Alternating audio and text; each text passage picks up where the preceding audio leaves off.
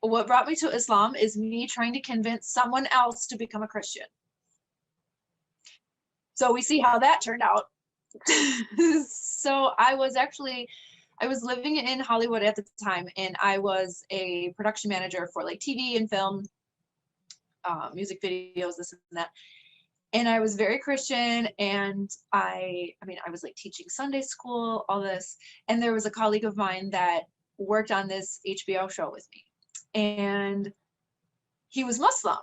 And I was trying to convince him that he should come to church with me so he could, see the truth, of course. And yeah, and he was like, thank you, but I'm not at all interested in that. And I said, well, who cares? It's like, you're not signing a contract for life. Like, just come to church one time. It's like an hour on a Sunday. Like, it's not going to kill you. If you don't like it, don't go back. And he was like, yeah, no, I'm not going to do that. And so I was like, what the heck? What has him so stuck on his religion that he won't even come for an hour? Like, oh, is your religion that cool? You can't like hang out for an hour? No. So I said, all right, listen, I have a Bible and I can quote Bible verses to you all day long, but it doesn't affect you because it's not your book. It's not your verses. It's not your scripture. What do you care? Okay, fine.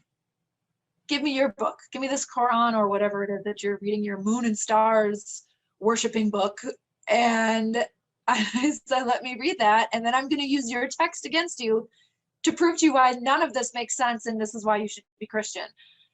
That did not go as planned. And soon after, I found myself in a mosque by myself, wandering in with like jeans, ripped jeans, a V-neck t-shirt, flip-flops. And the guy was like, whoa, Assalamu alaikum, let's get a scarf on you if you want a tour. So I was like, okay.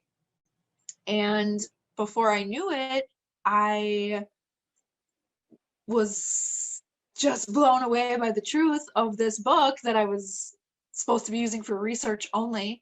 And pretty soon I was like, I think I know what I need to do. And this is hilarious because I've always thought Muslims are crazy people. I'm just brainwashed by the news here.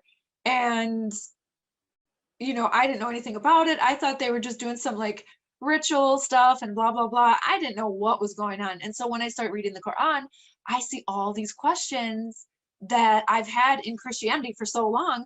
All of them were answered. And I'm like, wait a minute. You guys know about Adam and Eve? You guys know Moses too? What? These are our guys. I'm Christian. These are our dudes. Like, why are you like, you should know about this. How do you guys know? Well, I didn't realize how similar Islam is to Christianity. And I'm thankful that I knew as much as I did, because otherwise, had I not known those stories, I would have probably been a little hesitant. Like, okay, you're telling me this guy throws a stick down and all of a sudden it's a snake? All right, okay. No, thanks, but I already knew these stories from Christianity. So I was like, wait a second. You guys know he parted the Red Sea? Okay, what else do you know? And then it became more and more interesting to me. So after a while, I was just like inseparable with the Quran. I was just walking around everywhere. Like, I remember just walking all over LA, just walking like a crazed woman, maniac, with a big backpack on and my little Quran that was like this big. And I'm walking and I'm not even paying attention. I'm just reading. I'm flipping pages and I'm walking and I'm walking. I'm just trying to absorb every word. And then I was like, that's it. I gotta go. I gotta move. I gotta get out of here. I can't be here. And so I decided to do the obvious choice and sell everything I own, pack one suitcase, and buy a one-way ticket to Morocco. Makes sense. So I did that, and I didn't have a job. I didn't have family there, friends. I had nothing, no idea what I'm doing. I don't speak Arabic. I don't speak French, and no one there speaks English. Amazing. Good choice. I didn't really know what was going to happen, but I knew that I needed to make hijrah because I'm living in LA, and it's like, I'm like cruising Sunset Boulevard at night, like hanging with celebrities and living this like glamorous life that everyone wants that I could care less about.